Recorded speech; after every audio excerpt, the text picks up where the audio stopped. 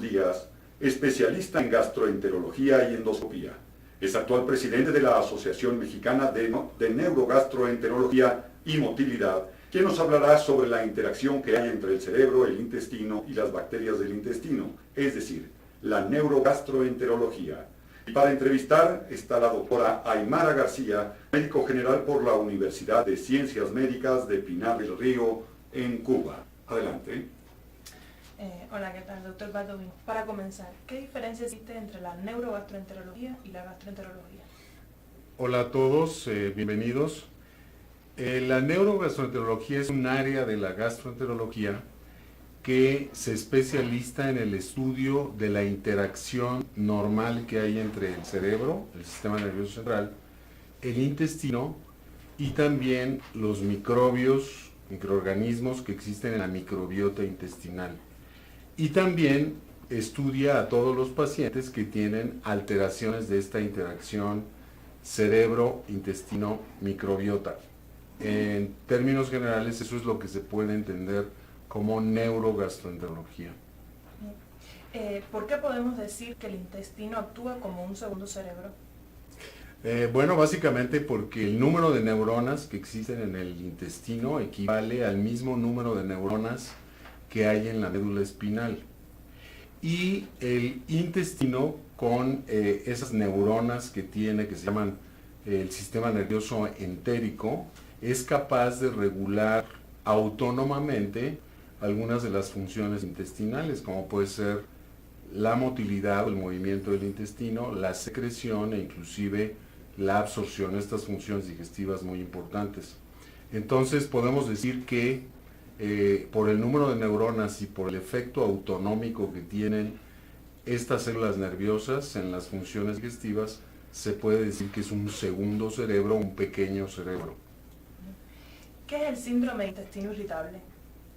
Bueno, el síndrome de intestino irritable es probablemente uno de los trastornos de esta interacción cerebro-intestino-microbiota más frecuentes y mejor estudiados hasta la actualidad.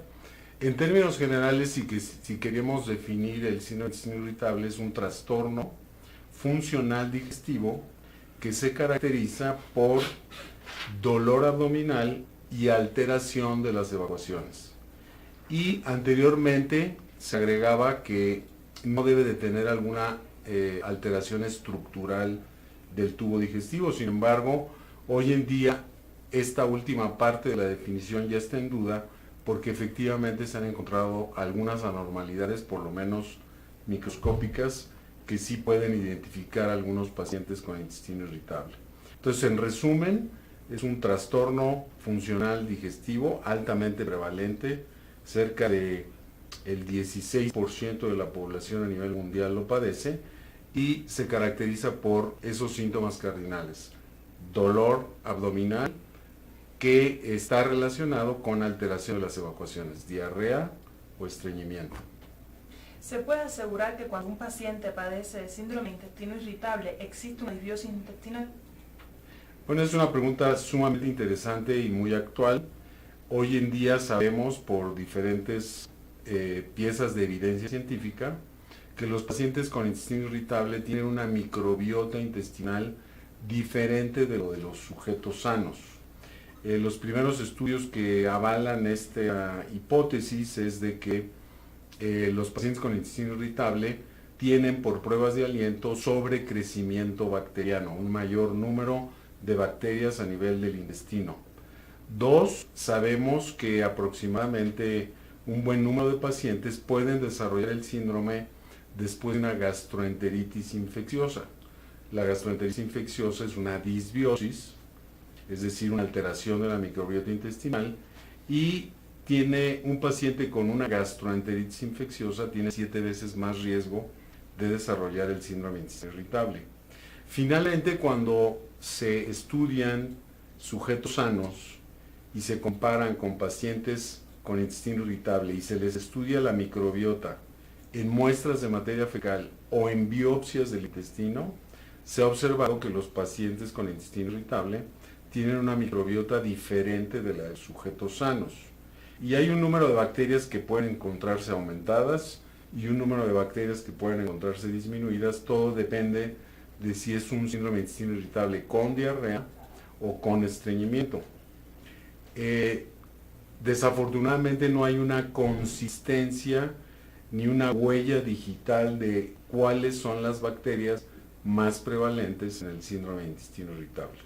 Entonces, en términos generales, un grupo de pacientes van a tener una disbiosis intestinal, ya sea con sobrepoblación bacteriana, con un síndrome de intestino irritable postinfeccioso después de una gastroenteritis, o en una disbiosis a nivel del intestino y no necesariamente con el antecedente de gastroenteritis.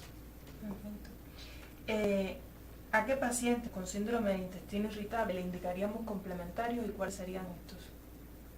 Bueno, el diagnóstico de síndrome de intestino irritable se hace en bases clínicas. Las condiciones son, se utilizan actualmente los criterios de Roma 4 para definir al paciente con intestino irritable.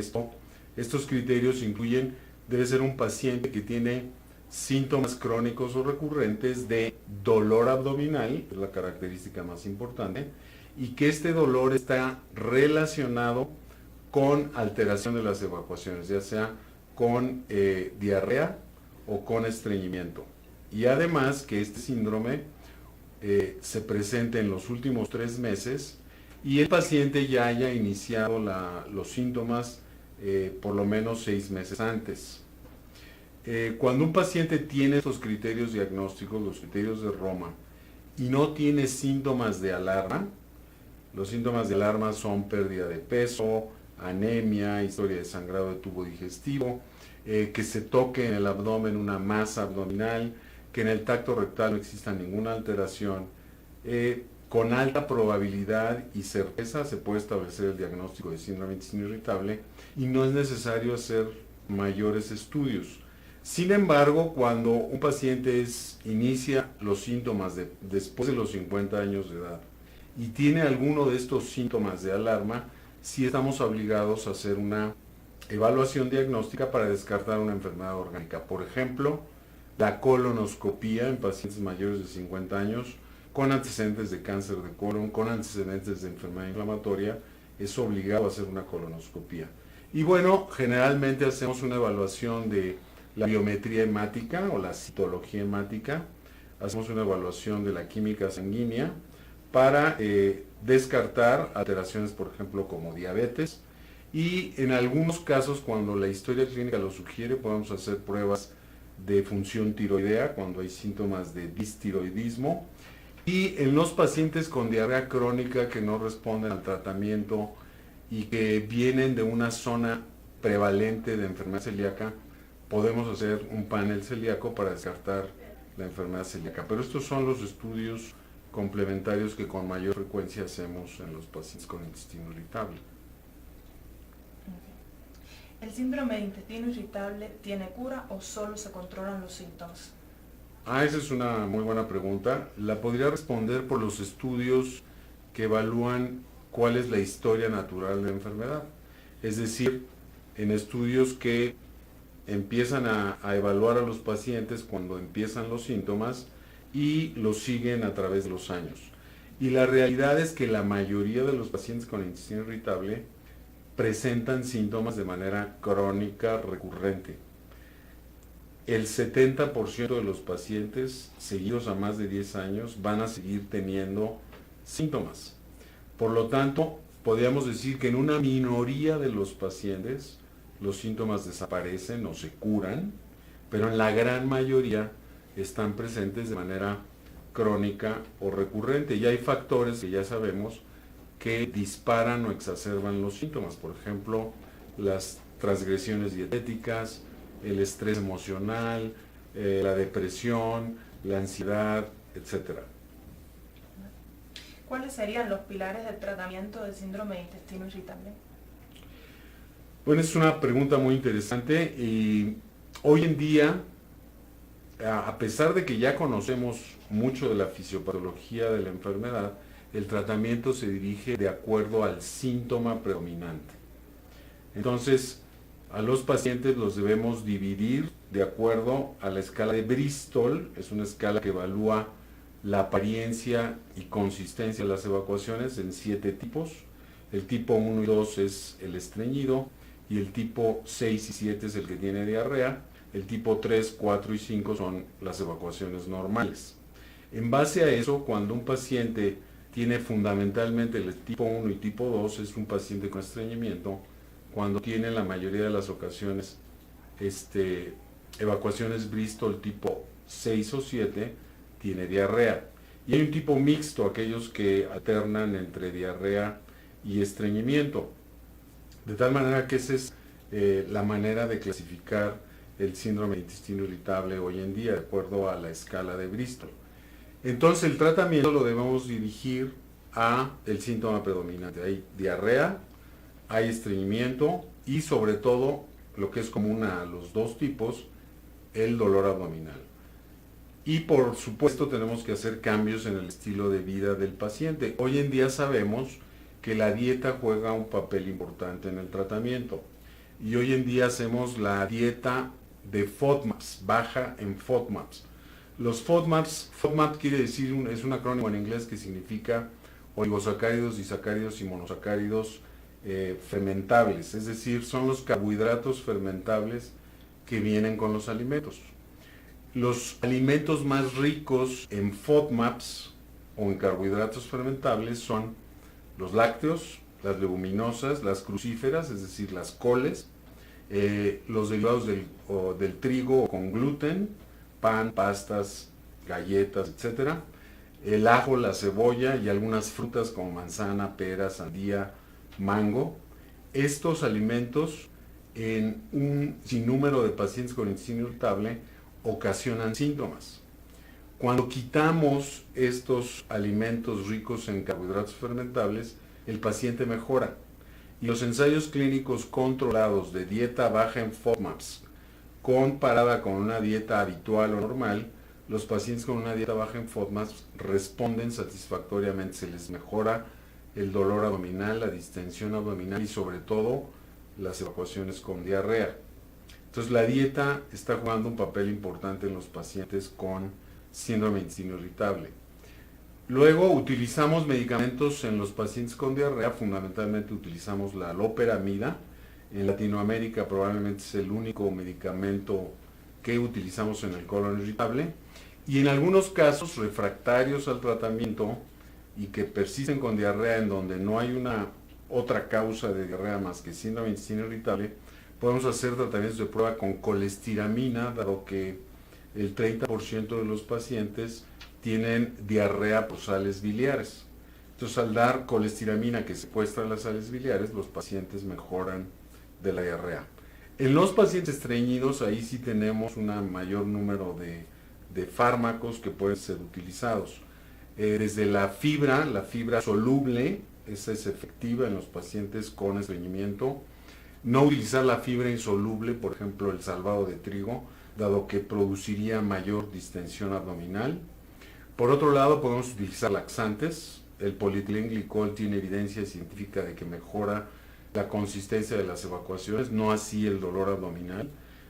Y por otro lado, tenemos medicamentos nuevos como son los secretagogos. Son los medicamentos que, actuando sobre los canales de cloro del tubo digestivo, favorecen la secreción de agua y electrolitos hacia la luz intestinal. Eso ablanda la materia fecal y promueve el movimiento del intestino y mejora el estreñimiento. De tal manera que estos secretagogos, en México tenemos la linaclotida y tenemos la lubiprostona. Son medicamentos que son bastante útiles. Ocasionalmente podemos utilizar algunos procinéticos que tienen efectos sobre el colon, como son la prucaloprida. Es un procinético muy potente que mejora el estreñimiento, pero no tiene efecto sobre el dolor abdominal. Entonces, ahí probablemente tendremos que usar combinación de fármacos. Y sin duda en Latinoamérica los antiespasmódicos, como el bromuro de pinamerio, el bromuro de utilonio, la trimebutina, etcétera, son los fármacos más empleados para el manejo del dolor abdominal. También para aquellos pacientes que no responden satisfactoriamente a esta primera línea de tratamiento, tenemos los medicamentos antidepresivos, pero eso probablemente lo podemos tratar más adelante, ¿no? Precisamente, ¿estos pacientes necesitan seguirse por psicología o psiquiatría? Esa es una interesante pregunta. La realidad es que en la práctica clínica debemos de aprender a diferenciar un síndrome de intestino irritable leve de aquel que tiene síntomas moderados y aquel que tiene síntomas graves.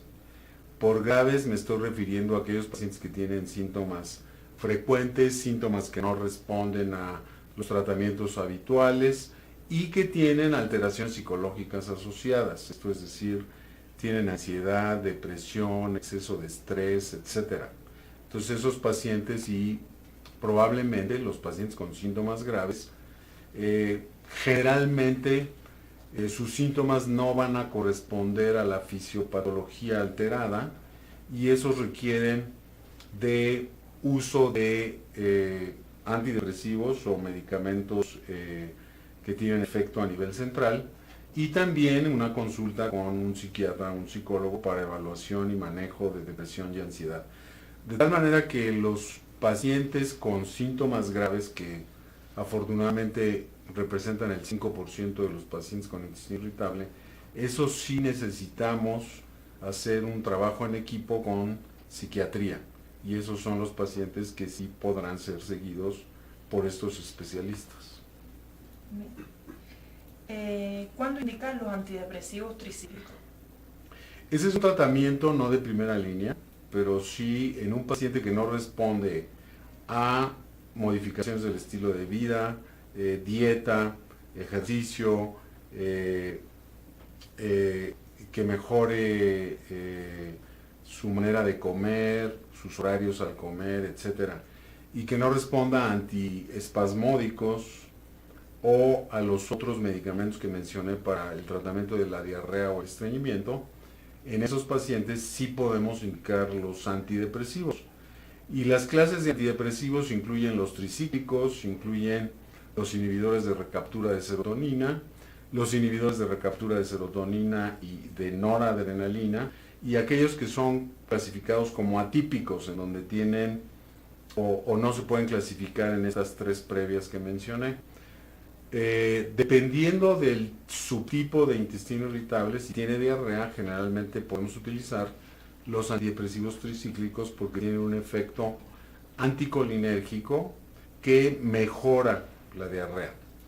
Sin embargo, en aquellos pacientes que tienen predominio de estreñimiento, los tricíclicos no son o no estarían indicados, y en estos casos preferimos utilizar los inhibidores de recaptura de serotonina o de noradrenalina. Hay pacientes cuyo dolor abdominal es muy intenso, sus síntomas son graves. En esos pacientes a veces tenemos que combinar los diferentes tipos de antidepresivos y con otro tipo de terapias psicológicas, ¿no? Y las terapias psicológicas que han sido probados o que tienen evidencia científica son la hipnosis, la terapia cognitivo-conductual, el mindfulness, que está ahora muy de moda, y estas tres terapias psicológicas y algunas otras pueden ayudar a los pacientes con intestino irritable. Para finalizar, doctor, ¿qué beneficios ofrece el trasplante de microbiota fetal en pacientes con síndrome de intestino irritable? Si el trasplante de microbiota fecal, esa es una terapia emergente que consiste en la infusión del total de una comunidad microbiana que viene en una muestra de materia fecal de un donador sano en el tubo digestivo de un enfermo, con el objeto de mejorar la disbiosis o la microbiota intestinal. La única indicación aprobada para el trasplante de microbiota fecal es la infección por Clostridium difficile recurrente o grave. Hoy en día no se debe utilizar el trasplante de microbiota en ninguna otra indicación, a menos de que sea bajo protocolos de investigación. Y en intestino irritable hay por lo menos ya 5 ensayos clínicos aleatorios que comparan el trasplante de microbiota fecal contra el placebo, la mayoría en pacientes con diarrea, y los resultados son controversiales. 3 a favor, 2 en contra.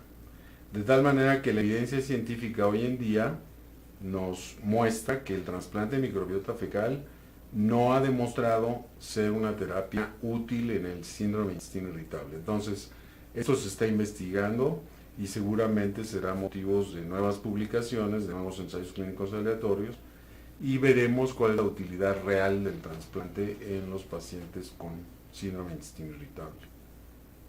Muchas gracias. Muchísimas gracias por su atención. Bien, agradecemos al doctor Miguel Ángel Valdovinos Díaz por su valiosa participación y por compartirnos sus conocimientos. Asimismo, a la doctora Aymar García como moderadora de esta entrevista. También agradecemos a los profesionales de la salud por acompañarnos y los esperamos en la próxima transmisión de Conectimed en vivo. Hasta la próxima.